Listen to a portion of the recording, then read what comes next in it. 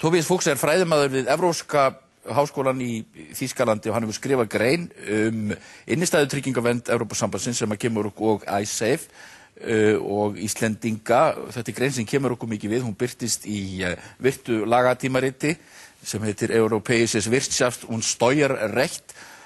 Tobias, you are on the phone. Yeah, hello. Hello.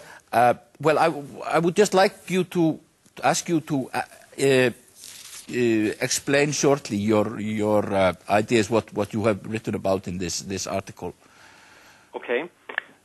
My article examines the EC directive, which requires member states to set up guarantee schemes and to guarantee for a minimum deposit protection.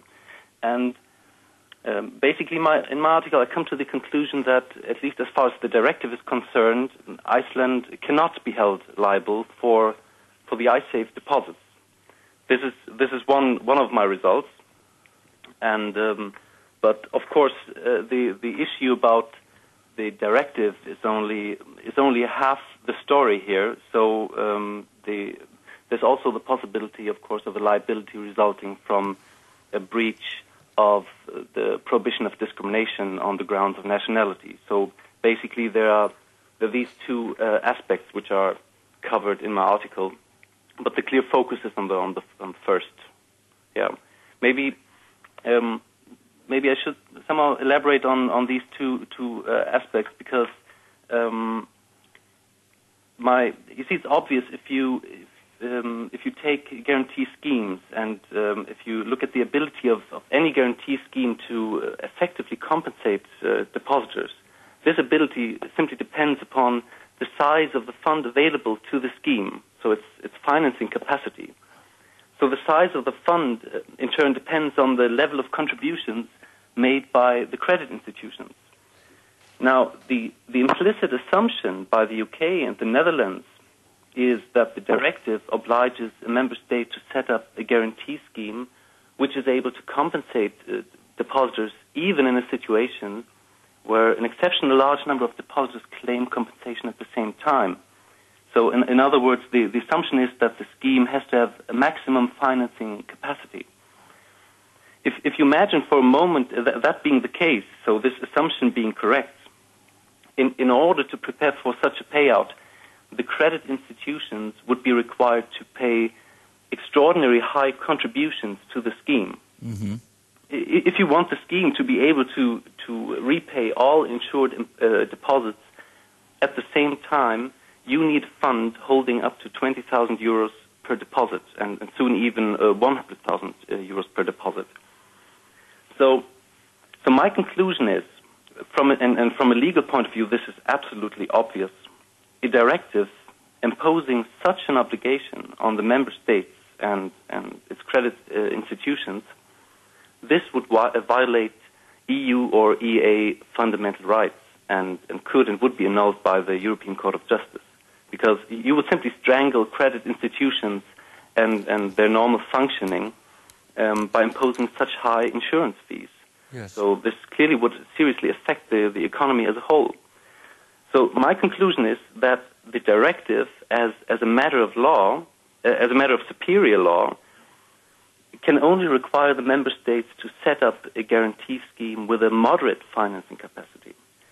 So now, with regard to Iceland, the mere fact the Iceland Deposit Insurance in 2008 wasn't able to guarantee for the minimum of 20,000 euros per deposit does not constitute a breach of the directive.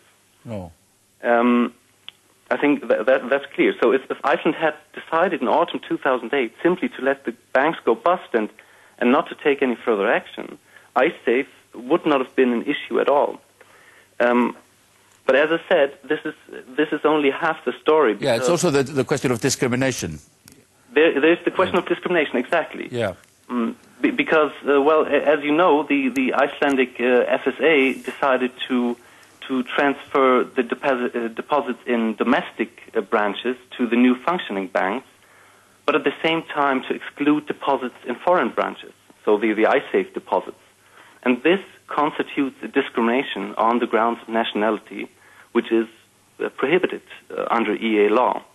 And now the crucial legal question here is whether there is a legitimate reason or purpose for Iceland to particularly exclude foreign depositors, and if yes, whether there would have been any possibility for Iceland to mitigate the negative consequences for foreign depositors. And my position here is that Iceland can only rely on a temporary justification. Let me explain this to you, what I mean by temporary justification. You need to see the Icelandic government had to make sure in 2008 that the restructuring of the banks would work, so that the new banks would be able to provide for regular financial services in the Icelandic economy. So in this situation, it would have been a terrible idea to grant foreign depositors exact equal treatment by transferring also these ISAFE deposits to the new banks. Because what would have happened? You would have seen a massive and immediate bank run by ISAFE depositors on the new banks. And the new banks, or the new bank, and the new bank would have probably gone bankrupt within a couple of hours or maybe days. Yes. And therefore, of course, this is very clear, of course, EEA law did not require Iceland to jeopardize the legitimate objective of ensuring the proper functioning of the new banking system, and thereby maintaining public order and security. This involves, if you imagine this for a second, the new banks going bankrupt as well. This probably you probably would have seen a social and economic catastrophe in Iceland. So, nevertheless, as I said, the Icelandic state is obliged to somehow mitigate the effects of this exclusion for foreign depositors. So that means the justification, in my view, only allows for a temporary but not a permanent exclusion of foreign depositors. But in the end, you say that if Iceland were to go to court with this, it seems that your opinion is that Iceland has a very strong case. It has a very strong case on the obligations under the directive, but it does not have a strong case with regard to the discrimination, because there is a discrimination on the grounds of nationality, and a temporary justification only provides for a very limited justification. Because the question, of course, is how does such a temporary justification translate into a reduction of the scope of liability? Okay. And I think you can only say that there might be a right of Iceland to delay the repayment of ISAFE deposits. And well, so far Iceland has granted itself such a delay by simply not paying. But of course, it's very difficult to say what's the correct duration of such a delay.